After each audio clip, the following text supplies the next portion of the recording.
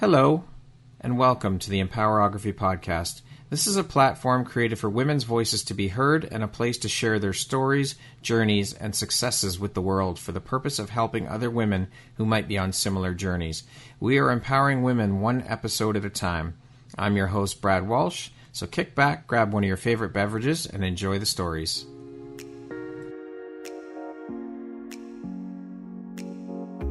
Are you an author, speaker, coach, or entrepreneur building a brand in today's very crowded marketplace? How do you stand out?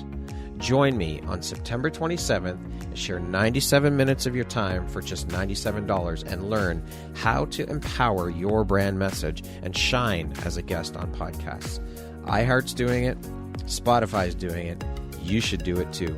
Join me and spend 97 minutes of your time for just $97. You can find the registry link in the show notes. Hope to see you there.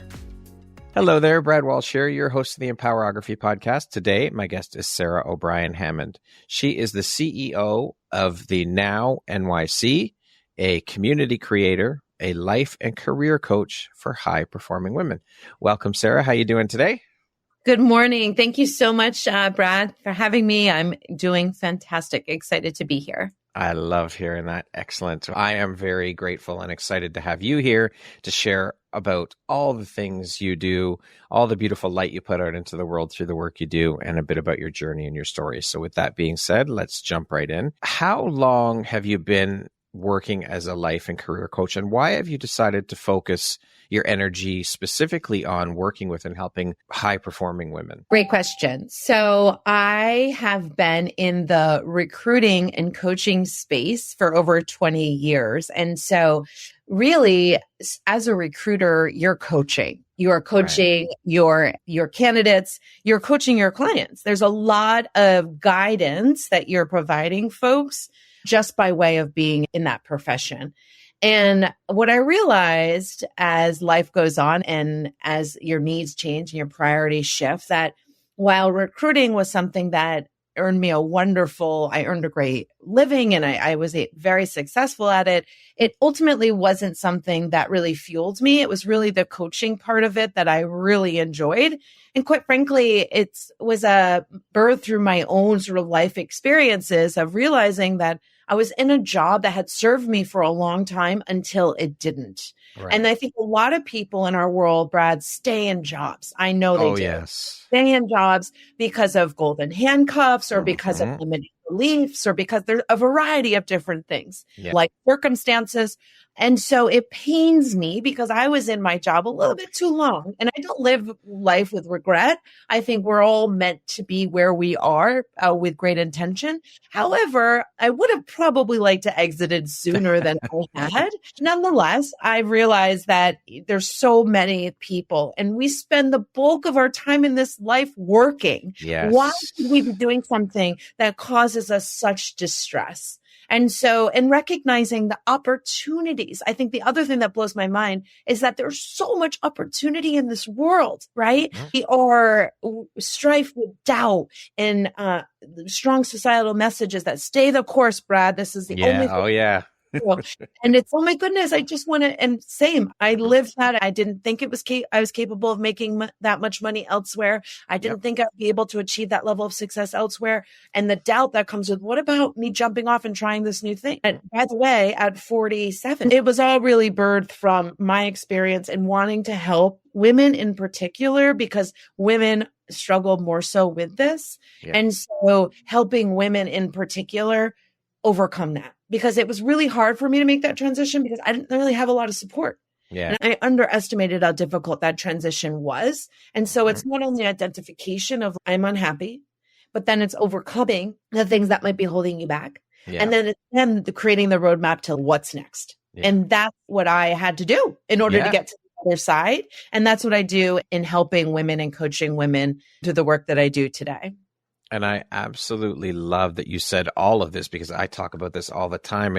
It makes me sad to think about all the people that go through life staying in jobs that they hate. And I was one of those people too. We've all been there. I stayed too long, but I finally had the courage and the strength to get it. And it was scary as fuck. It was really scary to make that jump. So I'm curious then, with what you went through and you saying that you stayed too long, what do you do now with the knowledge that you have and the experience that you have to help women? Because I'm sure you get a lot of women that come to you that are going through the exact same thing. I'm too scared, the golden handcuffs, the benefit, all of these different things that prevent them from jumping into what they really want to do. So what do you tell people when they say, I can't do it because of? Yeah. And you hear that a lot. There's a lot of I can't, and I can't is actually I won't.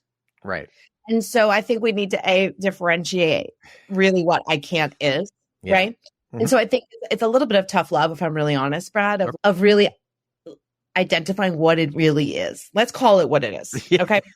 Let's stop the bullshit. What's with love. With love, right? But really, like, my coaching is deeply rooted in mindfulness and as well as positive psychology and strength based. So my programming and coaching is really around, you have to silence. And for me, I want to preface this for people listening. I was a person for lots of years that was adhering to the hustle and the grind and I'm going to work so hard and I have to work hard to make money and I wore that badge of honor like a goddamn medal. Like I'm a hustler, I have drive, and I would go to yoga at the gym in the city. And it was power yoga. It essentially was like yoga on steroids. It wasn't about breathing. It was like you were in a room with all these other overachievers. Like, how much sweat can I have? And how quickly can I be as effective as possible, but get the hell out of here so I can close my deals and get the shit done. And so at the end of yoga, there's this thing called shavasana, which is the integration period. It's where you sit still.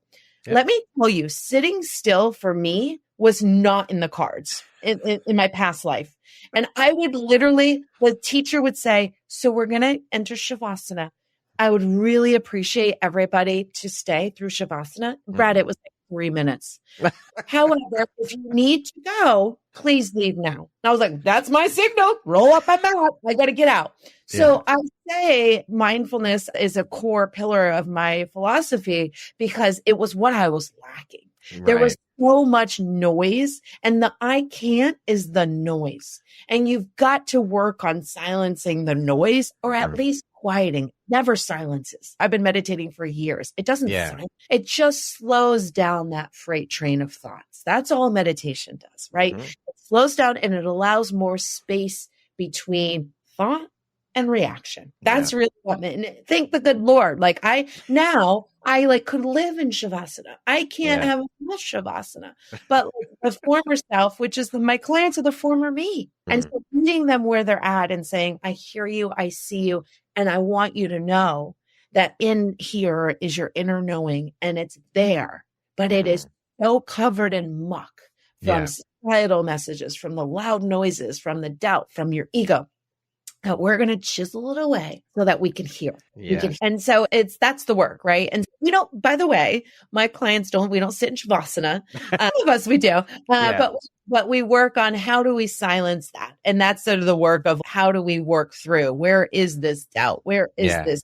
Because all of the I can't is deeply seated in doubt. Other stuff. And limiting beliefs. And where did those come from? That conditioning, and let's unpack, let's just chisel that away. That. Because all that shit is things we've assumed that really isn't ours. It's not true. And it's not true. It's not true. And so once you kind of can get past that, then you can really start working. But I can't dive in and be like, here's the playbook, let's do it. Because you haven't yet looked at the root of where this is all coming from. We all know, look at our healthcare system. We don't know about the root of anything. We're just like, let's a drug to fix it. And we know where that gets us. Band-aids over bullet holes. Exactly. Isn't that funny though, when you think about it, Sarah? You say you couldn't even sit in Shavasana. It was 3 minutes of your time. And as soon as the instructor said, if you can't sit through it, go now because we don't want you interrupting. You could not sit through 3 minutes. It's crazy when you think about that. It's frightening, but it is. And I really mean that with my whole heart. It's sad. It's sad because I was running. Running.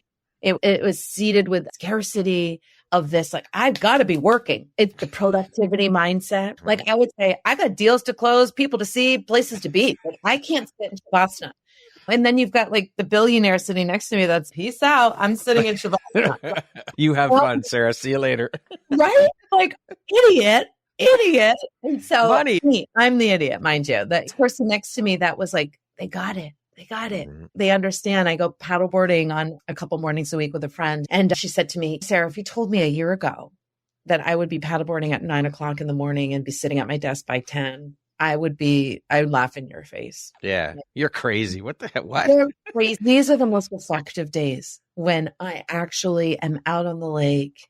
The sun is shining, and I then sit at my desk as that person. Yeah.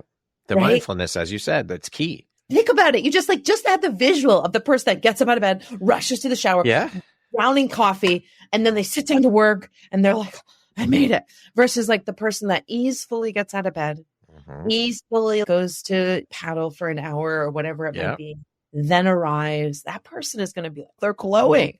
And the productivity out of that person skyrockets. And I say that I recognize, I want to just preface privilege.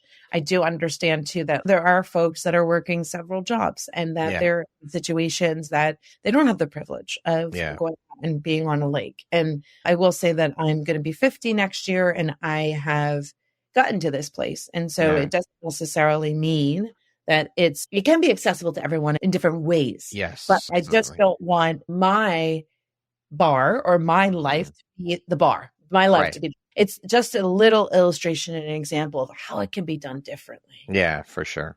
Which is awesome. Thank you for sharing that. Yeah.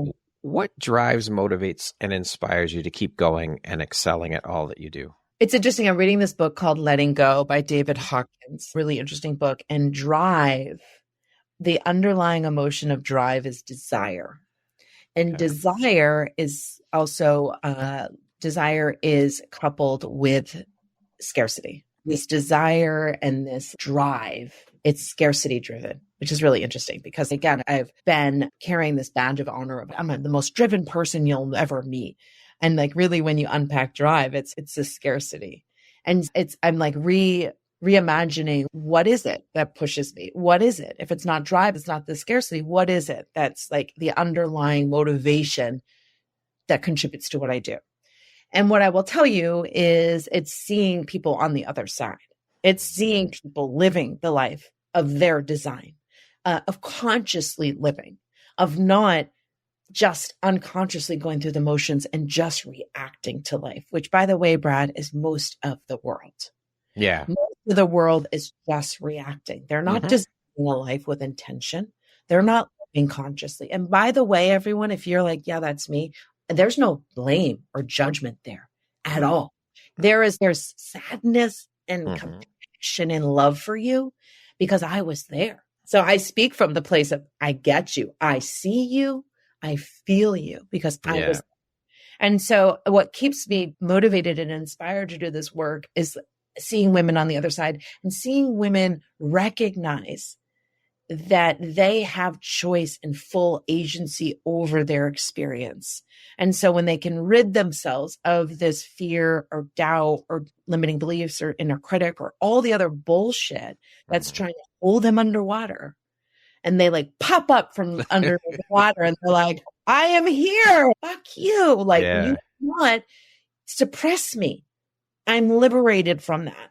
And I'll tell you, I host retreats, and every retreat, I give women, of course, space to share. And there's lots of beautiful vulnerability that happens.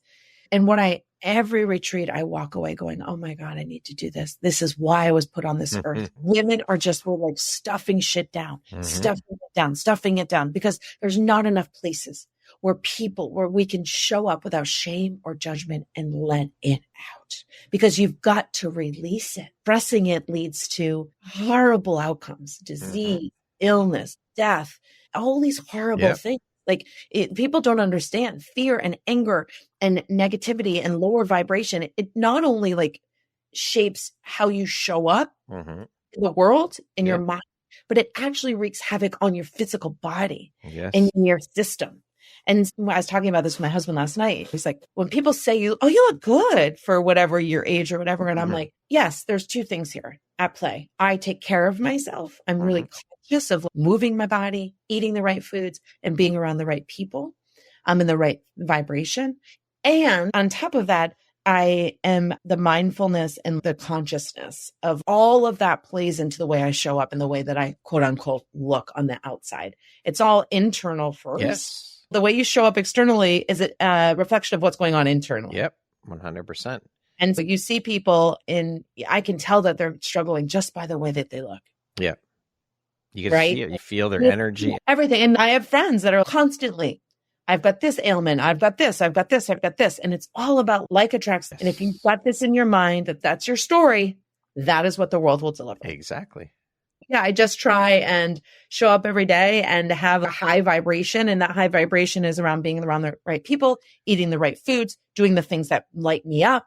And it's taken a lot of work, Brad. It's not like I wake up every morning. I'm high vibe today. I'm high vibing. Like, I just want to stay in bed. Yeah. But then I have the tools, right? I have the tools of like my gratitude list. I have the tools of my meditations. I have the tools of knowing that I need to go out and move my body. That's going to benefit me at the end. So it's just giving people the tools to be able to access the things that they need. I love it. Beautiful. Now I want to go further into the coaching thing. I've spoken with a lot of women who are coaches, and we all have our struggles. We all have our shit we go through. But a lot of the women that I speak to, I found that there was a catalyst moment that was the shift for them to jump into the coaching world. Something that just happened that was that catalyst that pushed that leap into coaching. So I'm curious, was there a catalyst moment for you where you decided, I've got to do this. I have to coach and help women? Was there one particular moment? It's interesting. I get asked that question a lot about what was it? What was it that pushed you to do the work that you do? I think it's a compounding of things, quite frankly. There was a moment in my life that I was about to make a really bad decision, and that would have blown up my life, my marriage, my family. Like, it was a bad decision that I was contemplating. That stopped me in my tracks to be like, oh, WTF, like, what is going on? And that was my midlife awakening, as I like to call it, of that. It dawned on me like, holy shit, I got to make a change. Yeah. And that was the catalyst for like my change. And I think, and then leading up to that is like, it's just even that awareness that I was going to make that. And so it's all the work leading up to it of being in, it's little things. I think I was introduced to meditation. I was like, oh, interesting. Oh, maybe I'll go check that out. And then I was like introduced to podcasts. Oh, interesting. I'm going to go check that out. And I was introduced to like sound baths. It's these little crumbs that were left for me. Oh, little crumb. I'll eat this. And then that led me to this. Oh, and then that led me to this. And then that led me to, holy shit, I'm not living in true alignment with who I am. And then that led me to really question, what am I really doing? What do I really want? And then that sort of was the domino effect to like then putting a plan in action to leave my job, to do this full time. This my job to help other women who similarly might just be heads down, going through life, doing all the things society tells us, which is make money and continue to make money. Yeah. And continue to want, because there'll be a pot of gold at the end of the rainbow. And let me tell you, I did that. I adhered to those rules and I worked really hard and I made a lot of money. And when I picked my head up, I didn't know where the fuck I was. Yeah. And more importantly, Brad, I didn't know who I was. And all of that shit takes you further and further away from yourself. And not to suggest I think money is a powerful exchange. I think you should make as much of it as you would like. And I think it affords beautiful opportunities, but it is not my driving force. And every year, up until this time of this awakening, every year, my number one New Year's resolution or goal would be to make more money. And I say that a little bit like shamefully because I had children. Yeah. I had a husband. I had a life, and they weren't my number one goal because it was that really loud social conditioning of don't worry, Sarah, just make more money. And then all those other things will work out. But that's not the case. I hope that answered. Absolutely. But I would say, if anything, if I was to say like the experience that really shifted it for me was that reckoning of holy shit, I'm about to blow my life up. Yeah. I don't think women necessarily have to get to that point. And a lot of my women that I work with aren't necessarily at that point, but they aren't living in alignment with where they want to be and who they want to be. Yeah. And they might not even know that. They might just feel like, I hate my job. A lot of them probably don't know that. Exactly. I had no idea. And so the first introduction is working with a coach who's able to give them the tools to see that. And I always say with coaching, I hate when someone says like, all the answers are within. That is true. That's very true. It is very true. But you're like, why can't I access them? It's so loud. And so I like in coaching, my coaching, there's a canvas, just a blank canvas for you. But that's overwhelming, right? Brad, you can do whatever you want in life. You can be whatever with strategy and accountability and support. You can do whatever. But I'm like, a blank canvas to me is so daunting. And so to someone just, here's red. Why don't we start with this color or maybe this paintbrush or maybe this marker? And that's what a coach does. It's a guide to be like, let me give you this, or let me ask you this question that can help paint that first stroke. For sure. Absolutely. What are the 3 most important lessons you've learned as a coach in your career, in your coaching career so far? I think the number one lesson is your gut is the most, don't doubt that. I think that, never doubt that, I should say. I think that sometimes I'll be like, especially with a client that like you might not feel like most clients, especially clients that are high performers, and there's resistance to change. There's resistance. Like it's a normal process. And so there can be on a coach's end this doubt of, am I making a difference? Is this working? And you could be like doubting yourself but your gut's always, this is just double down. You're doing the right thing, double down, like they will get there. So I think for me, like it's been this learning of just staying true to your intuition. And that's super important. And don't, regardless of if it feels uncomfortable, because it will. Comfortable and it'll feel, am I doing this wrong or what have you? But, staying with your intuition. I think another lesson that I've learned in coaching is that you can't force somebody, right? You can't force somebody to change. You can give someone all the tools in the world, but unless they're willing, and I think that I'm a doer. I'm like, one of my clients said last week, she's like, you're just someone that just gets shit done. You have a thought and you're off to the races with executing on it. And I'm like, well, it's a blessing and a curse, but I appreciate where that sentiment comes from. But not everyone operates like that. Not everybody operates like that. And so recognizing that people might spend thousands of dollars on something, but maybe not be ready. And so as a coach, you have to separate yourself from the outcome. That's really important. You've got to separate yourself from the outcome, because I could be the best coach in the world, but if somebody's not doing the work, there's nothing you can do about it. There's nothing that you can do about it. And I think the third lesson is the impermanence of life, just recognizing that I'm such a different person than I was even 2 years ago when I left corporate America to sort of like launch into full entrepreneurship. And there's the change and welcoming change and realizing that flows and sort of like you flow. And I think like just that reminder in lesson that like life is just a constant change. Like this moment will never happen again. Yeah. And recognizing that like, you constantly shift and change. And I think that's important. I think we hold on to like these attachments and these titles and these things, and that causes a lot of suffering. And so if you can just release that grip a little bit and recognize that it's going to have a little fluidity to it. Yeah. It makes life a lot more bearable. That's for sure. For sure. How has your coaching style evolved since you first started out to where you are now? Yeah, I think that ties into my lessons. I think that like there is such a part of me that is a doer, that likes to have the outcome, that likes to see the success. And so I think that recognizing that you're meeting folks, I mean, obviously as a coach, you're meeting everyone where they're at, but just not attaching worth to the outcome, not attaching value to the outcome is really important.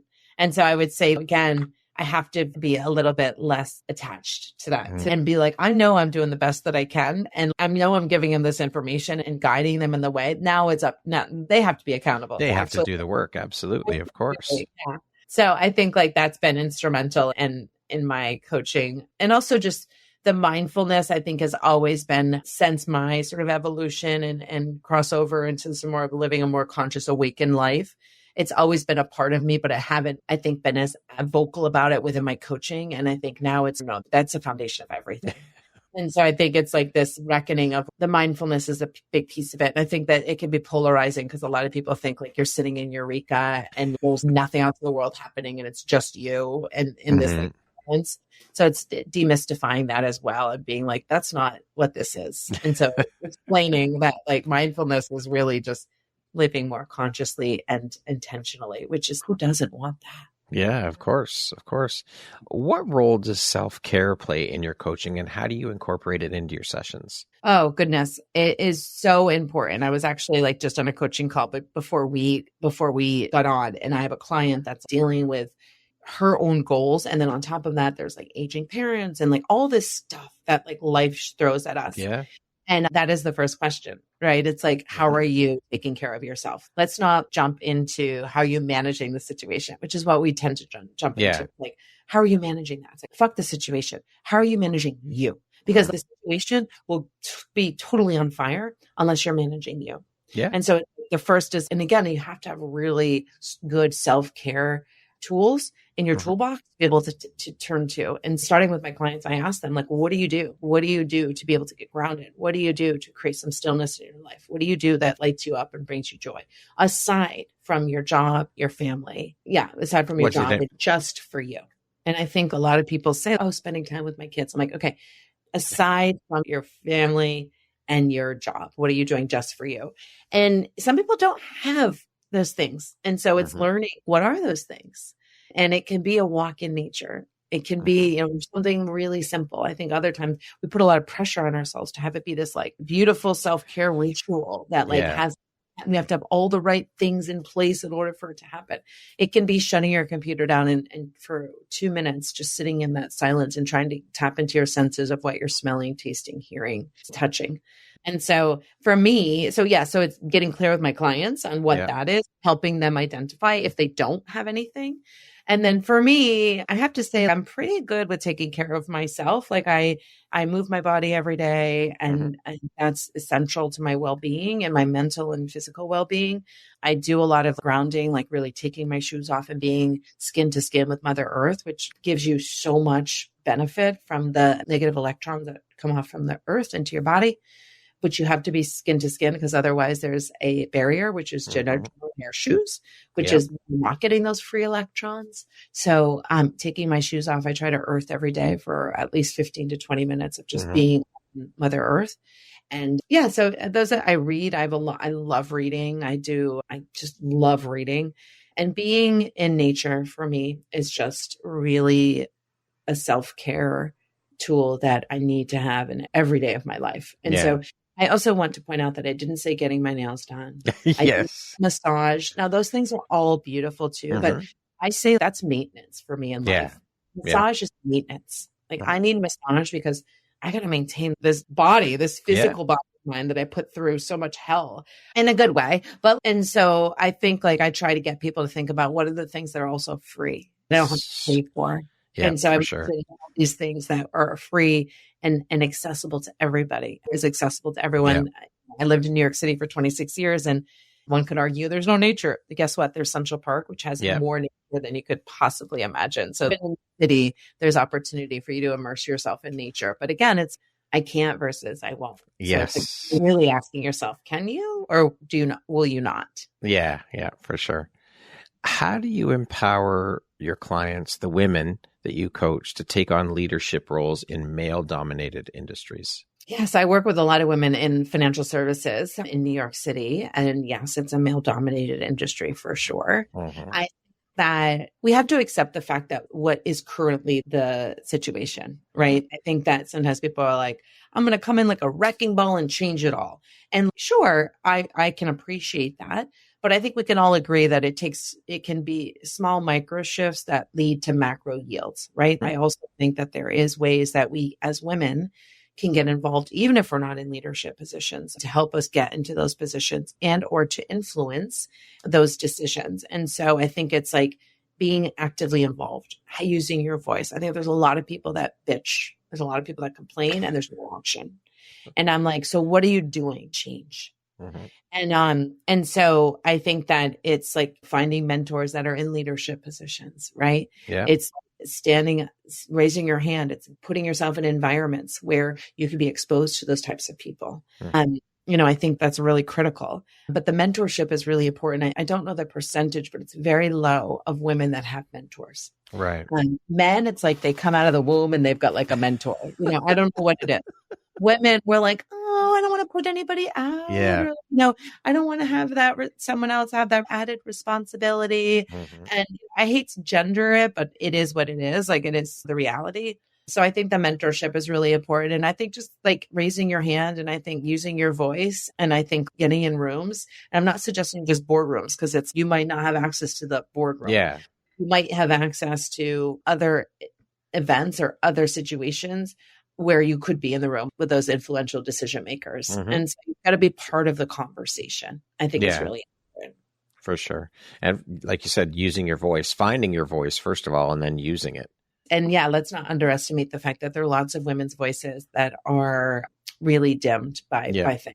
And so, we really want people to reclaim that power, because they have that power within them. It's just been dimmed by typically external sources and or your own ego. But yeah, for sure. Can you discuss the importance of networking and how you help clients build and leverage their professional networks?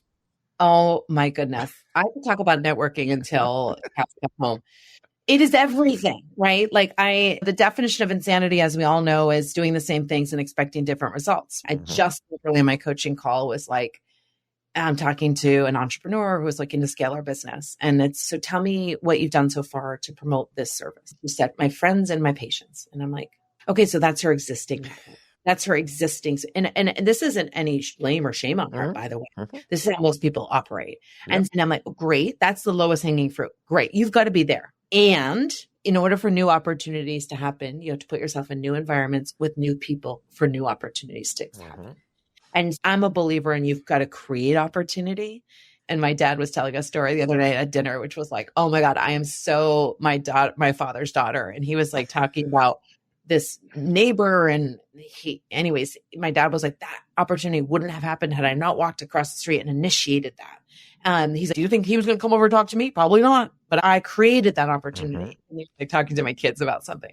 And I just started laughing, thinking, yeah, every day I wake up and I say, I'm going to create an opportunity today. And that means putting myself in a new environment with new people for new opportunities. Which is uncomfortable and scary. Of course, it can be. And with my client today, we were saying, like, how does that look like? How do I reach out to people? What do I say? And I really help my clients navigate networking, because it can be daunting. You show up. Over 70% of communication is nonverbal. How are you showing up? People judge you before you open your mouth. How are you showing up to life? Is that you coming from a high vibration? We know that like people want to be around people that carry a sense of vibration and energy to them. Are you showing up? Are you doing the things that allow you to show up in that way? So it starts even before you go to this networking thing. If you've got to take care of yourself to be able to show up to be the person that you want to be received as. But, it's really being intentional with where you show up to, right? And a lot of times people will say, where should I network? And guess what? If I had the answer to exactly where every person should network, I'd probably be a gazillionaire. But that's a matter of, and it all varies, Brad. What do you want out of it? Yeah. Like that leadership thing. If I want to be around women leaders, I'm not going to go to a gathering for accountants necessarily.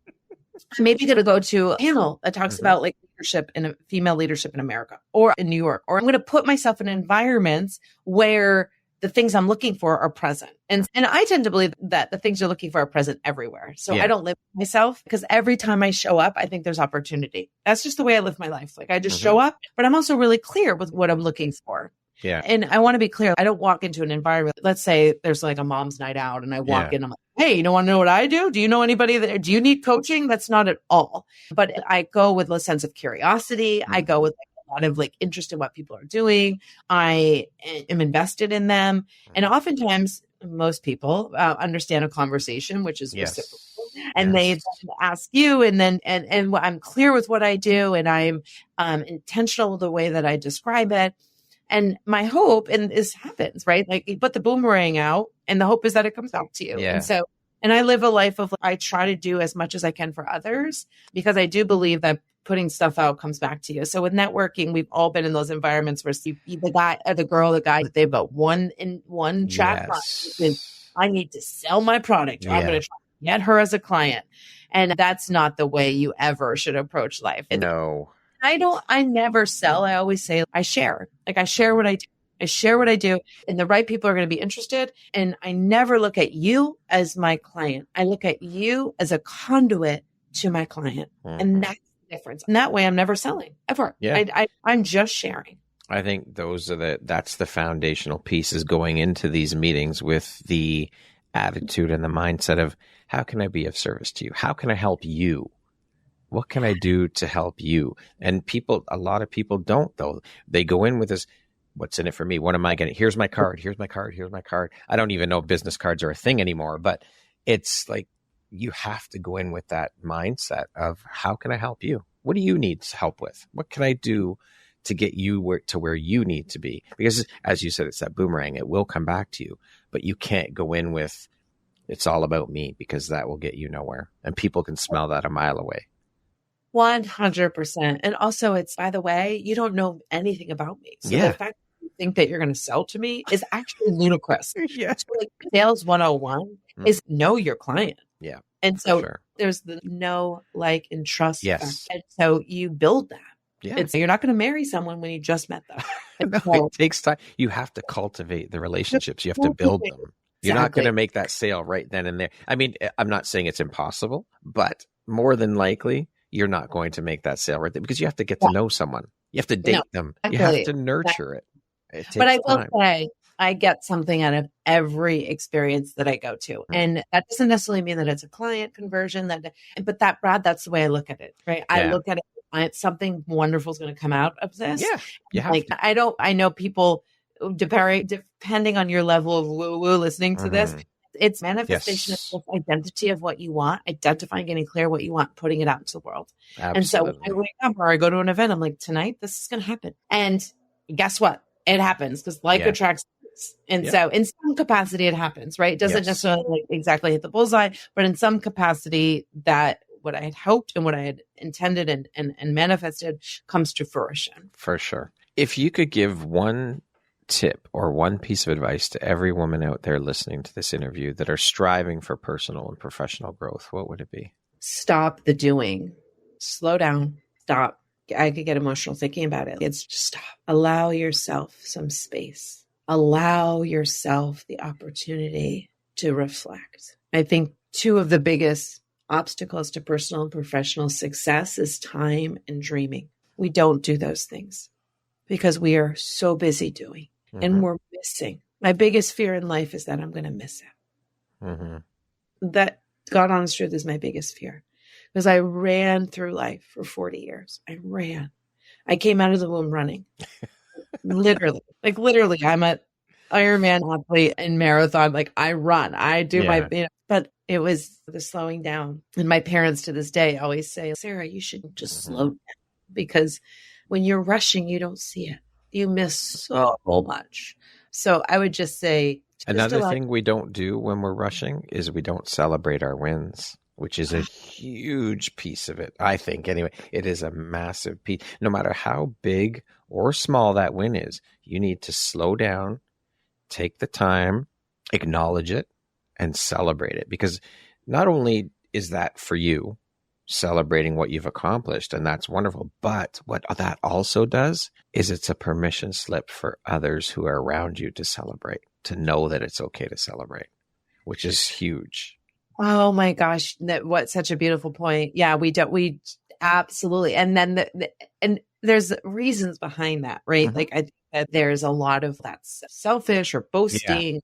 People don't want to spend the time celebrating themselves because it feels like gluttonous. Yeah. Versus it's so important. Like you've come such a long way. Yeah. So I think I would say, thank you for adding that. I think it would be stop and just give yourself a hug and applaud. How far you've come, how far you've done so much. You've so much. You've been so successful in so many ways. Can we just stop and sit in that for a minute and then slowly start to implement some of that? Can you stop a little bit every day? Yeah.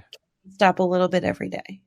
And then, I mean, that has the opportunity to change your life. It takes work though. It takes practice. It takes work. You have to be willing to do the work. For sure. And you have to be intentional with the way you want to live. Like, how do you want to live your life? Do you want to live your life running as fast as you can to one thing to the next? Do you want to die with your gravestones saying, Sarah was the most loyal, dedicated, hardworking, and number one salesperson at our company? For many years, I'm holding on to that. That drives me. I want to be the best. And now I'm like, I just want to be a good human. There you go. Right there. That's it. I 100%. just want to be a good human. And guess what? When you're a good human, you put good into the world, good comes back to you. That is not my intention. That's not why I do that. But I just want to live a life being good. And I do want success like everybody. Yes. Not at the expense of those other things. And I think that's the key. I lived life for many years at the expense of myself, at the expense of the people I loved, and at the expense of the things I love doing. But it's also not the be all and end all. It's having impact, is giving back. Oh God. Yeah. Contribution and community are very big values of mine. I volunteer every week. It's very important to me. I've been volunteering since I was a little child. I would ride my little bike to like the nursing home. And I don't even know these people. I was like 10 and I would go to the nursing home and I'd wheel people to their art and I'd take them to here. And I don't even think the people that work there, no one even questioned like what I was doing there. That was back in the day. Like they didn't even care. They're like, what kids here helping? I guess that's okay. But for some reason, I was called to that very early. And that is also something that, especially when someone's in a bad place in life and really out and what have you, I always suggest volunteering in some capacity because it has such beautiful, powerful, magical benefits of it. Being a good human, just be a good person. It doesn't cost you anything to do it. It doesn't take up too much of your time. Just be a good person. That's all. And it gives you so much perspective. I'll tell you that. When you think, God, you're down on yourself and you're down on your situation and you go and you help somebody else and recognize, A, you're not alone, that there are other folks, right? Because a lot of times we feel like we're the only ones experiencing that. So you see it that it exists elsewhere, but also that there's like worse off situations that you're not maybe at the place that you think you are. And there is hope, which is important. For sure. For sure. Now, this is a great segue into what legacy do you hope to leave through your work with women? To really just live an intentional life of their design. My legacy is I want to be remembered for helping women live an intentional, conscious life. Like I lived unconsciously for so many years and it's not the best place to live from. And so I think living a life where you're really clear, what is it? What is it? What is that life? Yeah. What is the life that you want? And how do you create it? Because it's attainable and it's not just going to appear. There has to be strategy and there has to be progress and work made to achieve it, but it's possible. And so I want women to live a life with intention and creating life of their design. And I hope that my legacy is that I just tried to make the world a better place and that people's lives a bit better. Beautiful. Can you tell us about all the things NoW NYC? What's it all about? What NoW stands for? When it was founded? What are some of the long-term goals? Tell us all the things. Yeah. So the NoW is my company that I run and it started as a side hustle 7 years ago, I want to say. And the NoW is an acronym for the NoW is a lot of things. NoW that's the foundation of everything, the mindfulness, like being in the present, because when you're not in the present, you're either in the past or the future. And that's never places that you want to be living. You want to be here for all the reasons. And so NoW spoke to me because, again, I was never living in the NoW. I was always like in this seeking and this desire in the future. And so while I was doing all the seeking and the desiring, I was missing all the magic along the way. And by the way, when you quote unquote reach what you're looking for, you're never satisfied because there's always another mile marker that's you can't yet see. So being in the present allows me to forgo all of that and that I can actually experience it. The word the NoW really spoke to me, but I started my side hustle as a women's community. So it's called the Network of Women. So the NoW was really an acronym for that, for the Network of Women. And so I started that global community and it really was first 7 years ago, an in-person community. And so it was specific New York City. And I like to say that the community, our programming is really designed around our members and it's driven by our members. And we talk about the things that matter most, but aren't found in mainstream conversation. So that the shit that matters, right? So it's relationships, it's mental health, it's sex, it's happiness, it's menopause, it's health, it's aging parents, it's all of the things that like we're having a conversation on jealousy and envy coming up because one of my members was talking about her son and going to college. And now it's like this college, the people on the computer and they're filming their kid and they're like, get into college and they film their reaction. It's like this blown up into this huge thing. And anyways, so she was like, I have like envy and jealousy over like these other kids that they're going to quote unquote better schools. And I don't want to be envious. I don't want to be jealous. Like, where's this coming from? And so I'm like, guess what? If you're feeling that, so many other people are feeling that too. And we look to the community first to see if we have experts that can speak on that. And we have a lot of great, amazing experts. And so we have a therapist that's helping to run that conversation. We have a coach who's going to be helping to run that. And then another coach. So and they're all members. And so they'll be running that conversation. So it's really cool. Like, it's cool like that. Like, it's a self-sustained community. We come up with the ideas. I'm constantly engaging, saying, what's keeping you up at night? What are you Googling or talking to a therapist about? But nobody else. And they're sharing. And then that's where our programming is derived from. So what started 7 years ago as a side hustle was the community. The NoW, which is the parent company, has the network of women, which is the community. I also have my coaching and leadership development work. Right. So I work individuals as well as companies and leaders and rising leaders. And then I still have and then also with my community, I do retreats as well. I lead women's retreats. And then I also, the third pillar is recruitment. So I still do retained search, just in a smaller capacity. So really my business is comprised of the women's community and my retreats, my coaching and leadership development work, and then my small recruitment practice that I continually do. Okay. Now the community, is that you guys have regular meetings like once a month or once every couple of weeks, or it's just a place to gather and connect and have conversation and connect with each other and network, obviously. Yeah. But do you have master classes that you run for the community as well, that type of thing? Well, we do a lot of different things. So we have programming like once a week. So today, for example, a community coffee chat at 3. So everyone like pop on at 3, whoever's available. And we have people all over the world. And so it's amazing. You can pop on and just to get you a little bit of energy for the rest of the day. And then we have in-person and online. At 75% of our programming is online. And then we have in-person events right now in New York City and in Vermont, which is like the 2 places that I spend my time. And we're actually like really exciting news is that we're syndicating the business, which means we're going to be we have presence all over the world, but we're really going to create greater hubs around our members. So we're giving our members the opportunity to sort of be owners, if you will, of helping to run their area. Their chapter. Exactly. Like awesome. chapter. Very cool. Exactly. So that's exciting because that gives people more opportunity to do in-person stuff, which there's a big appetite for that. And so the online stuff's great too, because it's a real accessibility. And so we want to be able to continue to do both, especially when we've got people in Europe and people in North America. It's like, we want to make sure that they can still connect too. For sure. Beautiful. And so we do master classes. Just to quickly say, yes, we do classes, we do fireside chats, we do panels. Awesome. We have an art class coming up. We have an amazing artist take us through a botany, like an art lesson, which I'm really excited about. We have meditations, we do workouts. So it's sort of like we do a wide variety of programming for our members in all ways, personal development and professional development. Love it. What would you say, Sarah, is one of the most important things you've learned in your life? And what was your life like before you learned it? And what was your life like after learning it? So I think the common theme, and the listeners might be like, okay, Sarah, we've heard you say this a bunch, but I do think it was the slowing down. I do think that my life before I was consciously living was a race to see how quickly I could get to the finish line. And then a race, and to your earlier point, that I didn't even appreciate the medal after.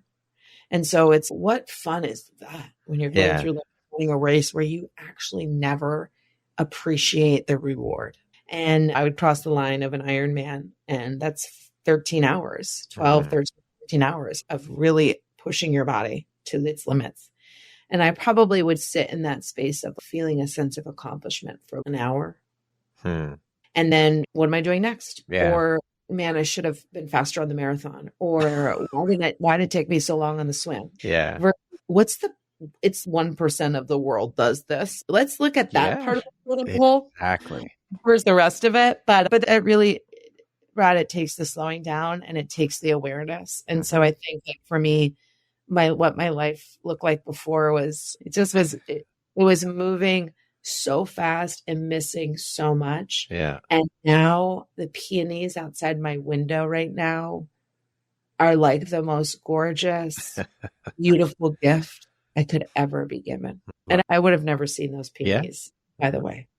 In my pre-awakening Sarah would have been like, I'll just go buy the goddamn peonies. But now I've seen this peonies. It takes so much time. Yes. And I saw it from the winter of just like sticks. And I'm like, should I just cut that out of the garden? It looked wet to me. And then see it now bloom to all those phases and be like, oh, you would have missed that. Such beauty out there that we miss, as we said earlier. If we don't take the time to slow down, we miss all the beautiful things. So true. What do you think your unique skill set or superpower is that's helped you become successful? I am a high vibrational person that people gravitate toward. And I think that's not without its work of taking care of myself. But I think that that I see people, I see you, truly see you. And people feel safe. So there's like this vibration, I think people are attracted to that vibration, but they are also attracted to the safety, and that I make people feel seen and heard. And I think that we live in a world where people are like looking behind you. Yeah. Where's the next person I could talk to? Yep. And I think I lead weekly meditations, and that I say, turn to your neighbor, say hello. And I say, greet them the way you want to be greeted. Greet them the way you'd want to be greeted, from your heart. Look at them in the eye and take a minute and just say good morning from the heart. That simple act, right? Versus, hey, how are you? How's it going? Okay. Anyways, moving on. Hi, good morning. I see you. Let's move on. Like, how nice? Like, how nice is that? And I also, I'm a great hugger. So my superpower is like my hug. People are like, oh my God, I love to hug people, and I'm strong. So I like hold them and they feel like held. So when I say seen, heard, and held, I ask people if I can hug them. So I don't go up to people, just hug them. Just randomly hug people. I would, but I recognize that I know my boundaries, and people have boundaries. But I do love to hug. So if you meet me and you say, I hear you're a superpower hugger, I'm like, bring it. Let's do it. Speaking of success, how do you define that word? What does success mean to you? I think success is really feeling truly aligned, feeling like it matters. I think like success is impact. It's not money. And I think being able to be aware of it and to celebrate it. And success to me is just living really consciously and being present. That is ultimately at the end of the day, where I ask myself, did you live in alignment today? Meaning, was today successful?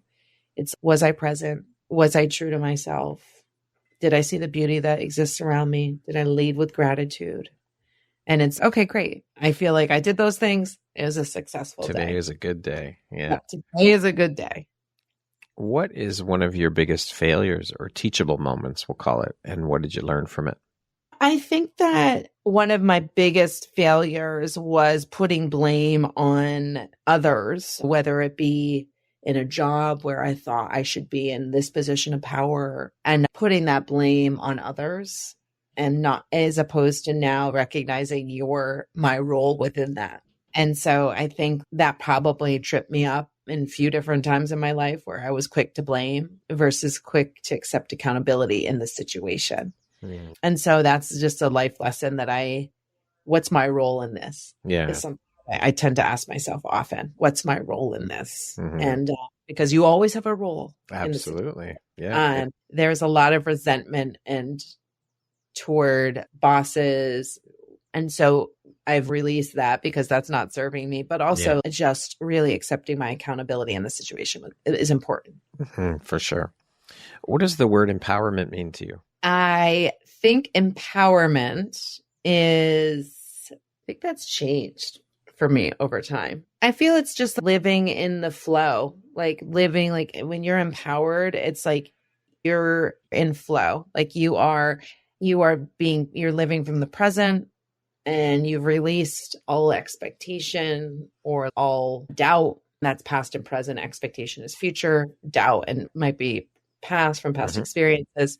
And so you can only truly be empowered when you free yourself of those things and you surrender to all those things. And then I'm like, oh, I'm in the flow. Like I am the shit, right? That really empowers you, right? Yeah. That really allows you go where you want to go. Because if you're held down by those shackles, you're not going to go anywhere. No, You can't. absolutely. And so I think it's releasing yourself and surrendering, and that allows you to get into the flow, which I think empowers you. Beautiful. Okay, we're going to jump into a little rapid fire section. So the next grouping of questions just be 1, 2, 3 word answer type thing. Okay. What is your personal motto? This too shall pass. If you were writing your autobiography, what would the title be? Stop. How would you describe yourself in one word? Resourceful. If you could teach the world one thing, what would it be? Pause. What is one thing you love about yourself that is not related to your physical appearance? My vibration. What's one thing you want but cannot buy with money? Peace. Beautiful. That concludes our rapid fire section. Now back to our regularly scheduled program. I created a bonus question that I did not send to you ahead of time.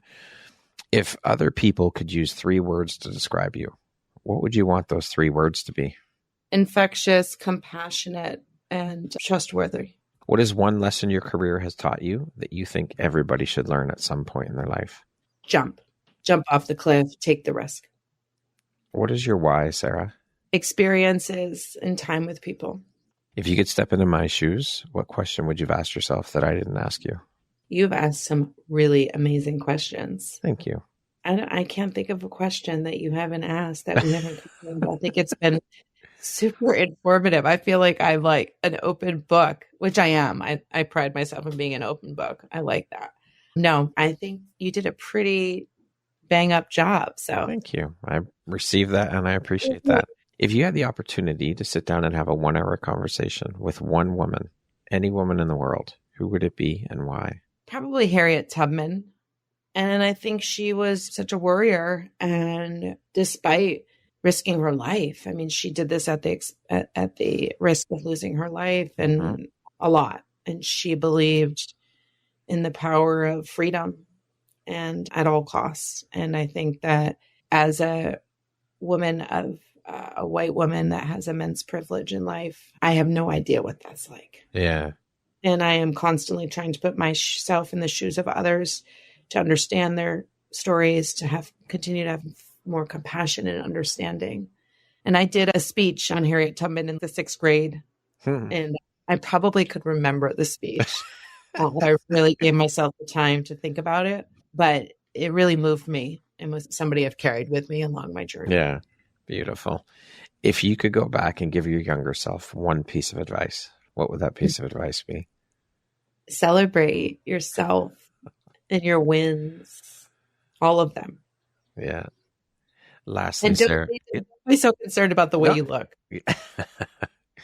Lastly, Sarah, if you were to deliver your last 30-second speech to the world, your tribe, your people, your corner of the world, what would that last 30 seconds sound like? What words of wisdom would you impart? Yeah, I would just ask you, are you living the life that you want to be living? Do you have the people around you that are lifting you up, that are supporting you, that are helping to get you to where you want to be? And are you living a life that gives you peace and joy and contentment and happiness? And if you're not, it's all possible. And it's more within your reach than you think.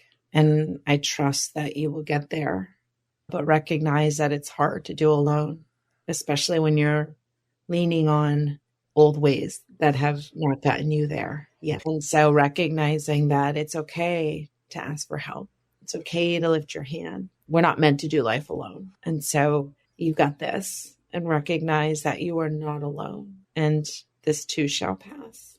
Beautifully said. Sarah, thank you so much for such an incredibly beautiful, inspirational, insightful conversation. It has been an absolute pleasure having you on the show. I appreciate you, and I am so grateful to have had the opportunity to sit down and speak with you, and to now have you as a member of the Empowerography community. I appreciate all that you are and all that you're doing. Thank you so much, Brad. I so appreciate this conversation and the opportunity to sit down with you. And yeah, grateful for you and to all your listeners. And just it's been a beautiful morning. So thank you so much. Thank you. The honor and the pleasure is all mine. I appreciate you. Once again, my name is Brad Walsh, host of your Empowerography podcast. Today, my guest has been Sarah O'Brien Hammond. She is the CEO of the NoW NYC. She's a community creator, a life and career coach for high-performing women. Thank you once again, Sarah, so much. I hope you have a beautiful rest of your day. Thank you so much. You as well.